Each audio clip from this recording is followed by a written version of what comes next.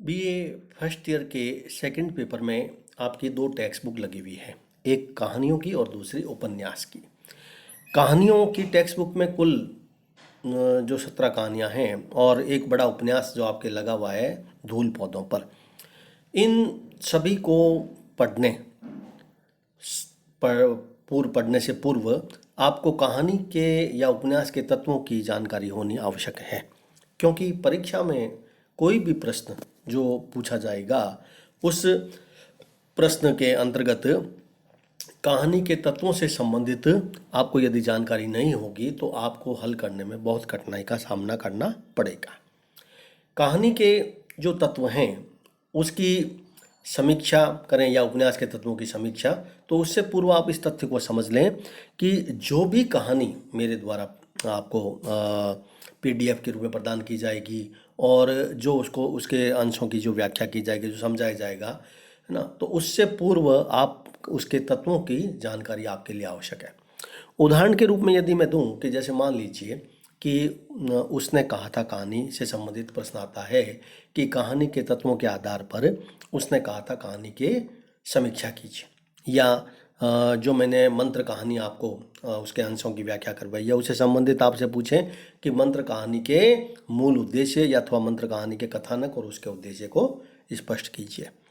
तो कहने का तात्पर्य यह है कि जो दो तत्व जैसे मंत्र कहानी में पूछे और उसने कहा था कहानी में जैसे 6 तत्वों से संबंधित पूरा प्रश्न आया आपके, तो आपको उन सभी 6 तत्वों की संपूर्ण जानकारी होनी आपको आवश्यक है। उसके अभाव में आप उस प्रश्न का हल नहीं कर पाएंगे जो भी कहानी या उपन्यास का आएगा। और परीक्षा में कहानी के तत्वों से संबंधित जो प्रश्न पूछा जाएगा, मान लीजिए किसी कहानी का, उससे बाहर कोई प्रश्न आपके बनेगा ही नहीं। उदाहरण के रूप में कोई भी कहानी आप उठा लें तो वो सभी 6 तत्वों पर ही उसका प्रश्न बनेगा। तो आज हम कहानी के तत्वों की समीक्षा करेंगे। थोड़ा इस बात को भी आप अच्छी तरह समझ लें कि उपन्यास के तत्वों की चर्चा मैं जरूर करूंगा, लेकिन कहानी और उपन्यास के तत्वों में बहुत ज़्यादा कोई अंतर नहीं है। केवल अंतर है तो उसकी सूक्ष्मता का और लघुता का। कहानी के जो जिन तत्वों से कहानी बनती है उन्हीं तत्वों से उपन्यास बनता है, लेकिन कहानी के जो तत्व होते हैं वो संक्षिप्त होते हैं। उसका प्रयोग संक्षेप में प्रयोग में लाया जाता है उन तत्वों को, और उपन्यास में विस्तृत अर्थ में। अब हम चर्चा करें, इस तत्वों की चर्चा करें उससे पहले आप कहानी का एक संक्षेप में कहानी है क्या उसको समझ लें। कहानी या कथा शब्द का शाब्दिक अर्थ है कहना। इस अर्थ के अनुसार जो कुछ भी कहा जाए वह कहानी होती है, किंतु विशिष्ट अर्थ में हम किसी विशेष घटना के रोचक ढंग के वर्णन को कहानी कहते हैं। कथा और कहानी एक दूसरे के पर्यायवाची हैं। यानी कई बार हम कहते हैं ना कि कोई कथा कह दे, कोई कहता है कहानी कह दे। कहने के नाम पर तो हम कहें तो दोनों एक ही चीज़ दिखाई देती है, दोनों में कोई ज़्यादा अंतर दिखाई नहीं दे रहा है, लेकिन इन दोनों में बहुत सूक्ष्म अंतर जरूर होता है। कथा शब्द जो होती है वो व्यापक अर्थों में प्रयोग में लाया जाता है ना, जिसके अंतर्गत सभी उपन्यास भी शामिल हो जाते हैं। कहानियाँ तो अलग बात है, जो भी बड़े बड़े उपन्यास है उसको भी हम कथा में शामिल करते हैं, जबकि कहानी के अंतर्गत केवल जो लघु कथा होती है वही उपयोग में लाई जाती है। कहानी के तत्वों से पूर्व इस तथ्य को समझ लें कि कहानी आखिर लिखी क्यों जाती है। किसी पाठक या के मन में या लेखक के मन में जो भी कहानी के प्रति एक जिज्ञासा होती है, उसको क्या कारण है कि जिसके कारण से कहानी अधिक सबसे लोकप्रिय विधा होती है। कहानी लिखने या पाठक के दृष्टिकोण से देखें, दोनों ही दृष्टिकोण से, तो जो मुझे तत्व जो सब सर्वाधिक महत्वपूर्ण नजर आता वह है उसकी मनोरंजक, कौतूहलवर्धक या उसके वो सामाजिक सौदेश्य से जुड़ा हुआ। ये दोनों तथ्य अलग अलग हैं। एक तो कहानी जो लिखना पढ़ने का जो सर्वाधिक महत्वपूर्ण जो कारण है, प्रेरक कारण, वह होता है उसकी कौतूहलवर्धकता या जिज्ञासा या मनोरंजन प्रदान करना हमें। और दूसरा, उसके माध्यम से लेखक या पाठक किसी न किसी सामाजिक जो तथ्य होता है उससे वह परिचित होता है, उससे प्रेरणा पाता है, और एक उद्देश्य एक प्रकार से हम कह सकते हैं उसमें जुड़ा हुआ रहता है। तो कुल मिलाकर कोई भी कहानीकार अपनी कहानी में, चाहे वह कोई भी प्रसंग लेता है तो उस घटना के माध्यम से, चाहे वह भली काल्पनिक है, चमत्कारपूर्ण है, सच्ची है या कोई भी है, उसके माध्यम से वह मनोरंजन और उद्देश्य इन दोनों को शामिल करता है। प्रेमचंद ने कहा भी है कि कहानी का उद्देश्य केवल मनोरंजन प्रदान करना नहीं होता है। अब हम कहानी के तत्वों की चर्चा करें। कहानी के कुल 6 तत्व होते हैं। एक कथानक, दूसरा चरित्र, तीसरा कथोपकथन, चौथा देशकाल, पांचवा भाषा शैली और छठा उद्देश्य। यदि हम तात्विक दृष्टि से देखें तो कहानी और उपन्यास में कोई अंतर नहीं है। जो ये तत्व है ना, दोनों पर समान लागू होते हैं। यह तत्व कहानी के ही नहीं है, उपन्यास के भी यही तत्व हैं। किंतु उपन्यास में इन सभी तत्वों का जो प्रयोग होता है वह एक व्यापक अर्थ में किसी न किसी मात्रा में किया जाता है, किंतु कहानी में इसका प्रयोग, जो इसका क्षेत्र होता है प्रयोग करने का, वो बहुत सीमित होता है।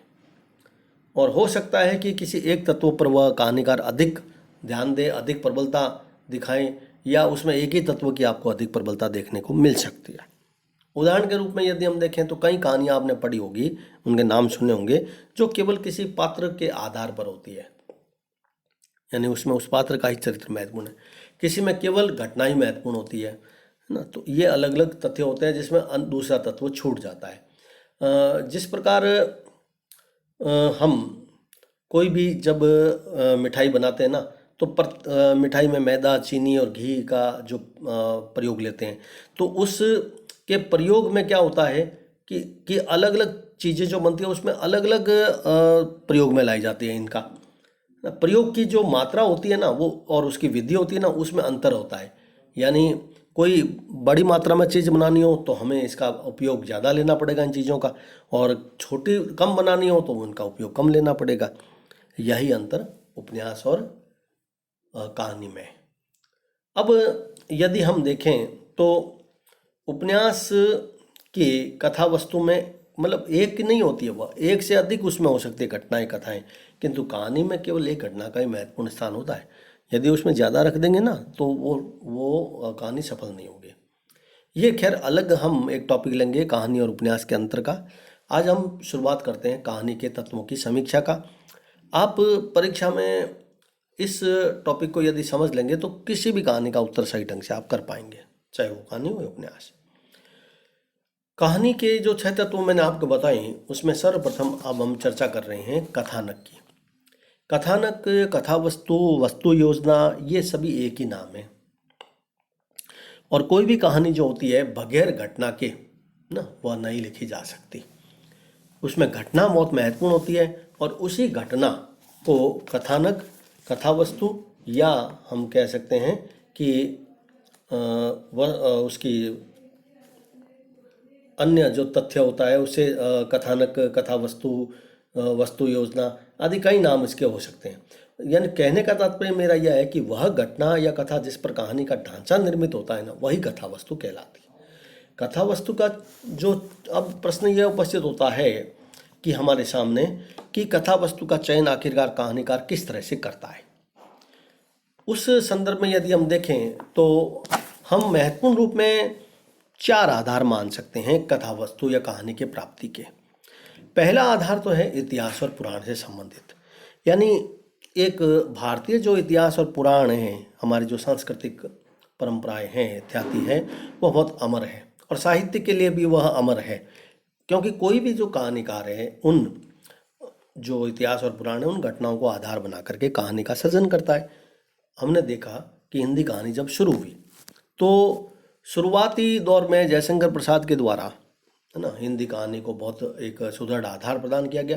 तो उन्होंने भी अपने कई कहानियों का आधार इतिहास से उठाया।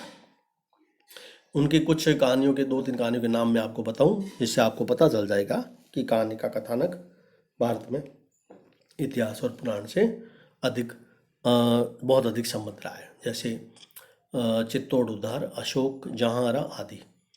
अब हम दूसरा आधार देखें तो वह होता है कि हमारा अनुभव, हमारे दैनिक जीवन की घटना। एक कहानीकार क्या होता है कि पूरा संपूर्ण जीवन में जो अनुभव करता है, जो वो अनुभव जीवन के जो भोगता है, जो कष्ट, जो सुखद और दुखद जो क्षण वो बिताता है अपने जीवन में, यानी एक प्रकार से हम कह सकते हैं कि हमारा जीवन जो होता है ना, प्रतिपल अनेक घटनाओं के घात प्रतिघात से विकसित होता है। और उसी घात प्रतिघात से जब व्यक्ति संवेदनशील हो जाता है तो वह कहानी लिखता है, उसको एक अच्छा आधार मिलता है। एक भावुक हृदय का व्यक्ति कहानी लिखने के लिए उसका दैनिक जीवन ही पर्याप्त होता है, उससे वो बहुत कुछ लिख सकता है। हाँ, यह अवश्य है कि थोड़ी बहुत उसमें कल्पना का प्रयोग करके वह उसको चमत्कारपूर्ण बना सकता है। तीसरा, साहित्य हो सकता है। अनेक प्रकार का जो साहित्य होता है जिसको लेखक पढ़ता है ना, बहुत सी कहानियाँ भिन्न भिन्न साहित्य की कहानियों का आश्रय लेकर ही कई बार कहानीकार कहानी का सृजन कर देता है। और जीवन की जो हमारी सहस्त्र धारा है उसमें अनेक साहित्य मनुष्य पढ़ता है, और सफल कहानीकार भी उन सभी साहित्यों से प्रेरणा लेकर कहानी लिखता है। एक जो और महत्वपूर्ण आधार, चौथा, जो मेरे दृष्टिकोण में हो सकता है वह यह है कि पत्र, जो पत्रिकाएं होती है, जो हम रोजाना अखबार पढ़ते हैं, उसमें अनेक घटनाएं आप पढ़ते हैं, उन घटनाओं से विचलित होता है कोई व्यक्ति, और विचलित होकर के क्या करता है, फिर वो कहानी का सृजन करता है। सैकड़ों कहानियों की कथा वस्तु का आधार पत्र पत्रिकाएं ही होती है। कहानी का जो नवीन रूपांतर होता है वह अधिकांशतः पत्र पत्रिकाओं में वर्णित घटनाओं को आधार बनाता है, और उसमें कल्पित भी हो सकता है। अब प्रश्न यह है कि उस मूल स्रोत के जो वो उठाता है, उसमें उस मूल स्रोत में कहानीकार क्या करता है कि मार्मिक पक्ष के प्रति अपनी कौतूहल प्रतिक्रिया व्यक्त करता है। कहानी को किसी एक घटना, वस्तु, विषय, धारणा कि रोचक झलक जो होती है वह हमें उसमें देखने को मिलती है। हम उसको कह सकते हैं कि कहानी जो होती है, जैसा कि डॉक्टर हेतु भारद्वाज ने कहा था कि कहानी को किसी एक घटना, वस्तु, विषय, धारणा के रोचक झलक मात्र हम मान सकते हैं। अब ये जितनी भी मैंने आपको सामग्री बताई है, इनसे वह कहानीकार क्या करता है, कथा वस्तु का चयन करता है। अब उस चयन में वह क्या करता है कि अलग अलग आधार जरूर बना सकता है। कहानी की रूपरेखा का निर्माण एक अलग, एक ढंग और एक अनुभव पर करता है, और उपन्यास में उसका एक अलग ढंग से उसका वर्णन वह करता है। एक जो प्रसिद्ध बात है डॉक्टर हेतु भारद्वाज के द्वारा जो कही गई है कि जहाँ तक मुझे ज्ञात है कहानी लिखने के 3 प्रकार हैं। आप एक प्लॉट, या जिसको हम कथानक कहते हैं, उसके अनुरूप घटनाओं और परिस्थितियों का विकास कर सकते हैं, या यह भी हो सकता है कि आप मेरे साथ जो मैं कह रहा हूँ उसे सहमत होकर अनुभव करें और उस वातावरण को लेकर घटना और पात्रों का चयन करके कहानी लिखें। अब हमने इस तरह से देखा कि जीवन में जो पग पग पर जो हमारी अनुभव होने वाली जो सैकड़ों संवेदनाएं होती है, मूलतः वही कहानी का आधार बनती है। और जो भी हमारे जीवन में जो घटनाएं, परिस्थितियां, जो दृश्य, अनुभव, खंड या चरित्र जो हमें दिखाई देते हैं या हम अनुभव करते हैं, है ना, उसका मार्मिक पक्ष क्या है, वही कहानी का आधार बनता है। कथानक की एक महत्वपूर्ण बात यह होती है कि कोई भी तथ्य से संबंधित कोई कहानी लिखी जाती है, चाहे वह इतिहास पुराण हो, दैनिक जीवन की घटनाओं से संबंध हो, या कोई अन्य, तो उसमें कल्पना का जो संयोग है वह आवश्यक है, क्योंकि उसके बिना चमत्कार या जिज्ञासा या मनोरंजन कहानी का उत्पन्न नहीं हो सकता। उसके बगैर कल्पना कहानी की सर्जना में एक बहुत बड़ा योगदान देती है, और उसी कल्पना को आधार बना करके कहानीकार क्या करता है, कहानी को कलात्मक रूप प्रदान करता है। इसलिए कथा वस्तु में जो 4 तत्व मैंने आपको बताए थे वो किसी भी कथानक, घटना, वस्तु प्राप्ति के आधार हैं, उसकी प्राप्ति के स्रोत हैं, किंतु उसमें कल्पना का संयोग आवश्यक है। अब हम चर्चा करें तो कथानक में अन्य चीज़ें क्या क्या होनी आवश्यक है। सबसे पहली बात तो यह है कि कथानक में संवेदना का होना आवश्यक है। संवेदना अगर नहीं होगी, मर्म स्पर्शी अनुभूति नहीं होगी, तो वो मानव मात्र के हृदय को झंकृत नहीं कर पाएगी। कथानक ऐसा होना चाहिए संवेदना से परिपूर्ण कि पाठक तिल मिला उठे, या सुनने वाला ना उसकी रोहें कांप उठे। ऐसा कहानी का कथानक होना चाहिए, जिससे उसके अभाव में, संवेदना के बिना कहानी का कथानक एक सफल कहानी का निर्माण नहीं कर सकता। कोई भी कहानीकार यदि सफल कहानी का निर्माण करना चाहता है तो उसमें संवेदना होनी आवश्यक है। अब हम प्रश्न लेते हैं कि कथानक किन किन सोपानों से होकर गुजरता है। तो कथानक मेरे दृष्टिकोण में कई भाग हो सकते हैं। एक तो उसकी शुरुआत होती है जिसे हम प्रारंभ कह सकते हैं, फिर धीरे धीरे कहानीकार उसको विकास प्रदान करता है और फिर उसकी चरम सीमा पर पहुंचाता है और अंत में वह क्या करता है कि कहानी को पहुंचा करके उसमें एक चरम उत्कर्ष हमारे सामने वह पैदा कर देता है, आकर्षण पैदा कर देता है। विकास के अंतर्गत कहानी में मुख्य समस्या या घटना आ जानी चाहिए विकास तक। उसके बाद कहानीकार का ध्यान उसमें केवल एक रोचकता और मार्मिकता प्रदान करना ही रहना चाहिए। अब प्रश्न यह है कि इसके लिए कहानीकार को क्या करना चाहिए। तो सबसे बड़ी बात है कि इसके लिए कहानीकार को कथानक में संघर्ष की प्रतिष्ठा करनी चाहिए। घटना प्रधान कहानियों में तो उसका संघर्ष ही उसका प्राण हो सकता है। अगर संघर्ष नहीं होगा तो कहानी असफल होगी। अब अन्य महत्वपूर्ण बात है कि किसी भी कथानक की सफलता के लिए क्या आवश्यक है। एक तो उसका क्रमबद्ध होना, मूल कथा ही केवल वह उस पर ही इर्द गिर्द हो सारी कहानी, और तीसरे उसमें जिज्ञासा का होना बहुत जरूरी है। चौथे जिस कहानी के माध्यम से जो उद्देश्य वो रखना चाहता है वह समय समय पर बीच बीच में प्रकट होते रहना चाहिए, और कहानी में जो एक करुणा जिज्ञासा की भावना है वह हमेशा बनी रहनी चाहिए। हम कथा के प्रवाह के के अंतर्गत कह सकते हैं कि कहानीकार दृश्य और स्थान के परिवर्तन के जो चित्र है वह हमेशा उपस्थित करता रहे। जो जो चरित्र उसने रखा है उसकी मानसिक वृत्तियों का वो उद्घाटन करें, और कथानक का एक अंतिम जो महत्वपूर्ण भाग होता है कहानी के कथानक का वह होता है कि उस कथानक, चाहे वह इतिहास पुराण हो चाहे दैनिक जीवन, कल्पना करते समय कहानीकार किसी न किसी सत्य का उद्घाटन उसे अवश्य करना चाहिए। यानी कहने का तात्पर्य कि उसमें कोई न कोई उद्देश्य अवश्य होना चाहिए।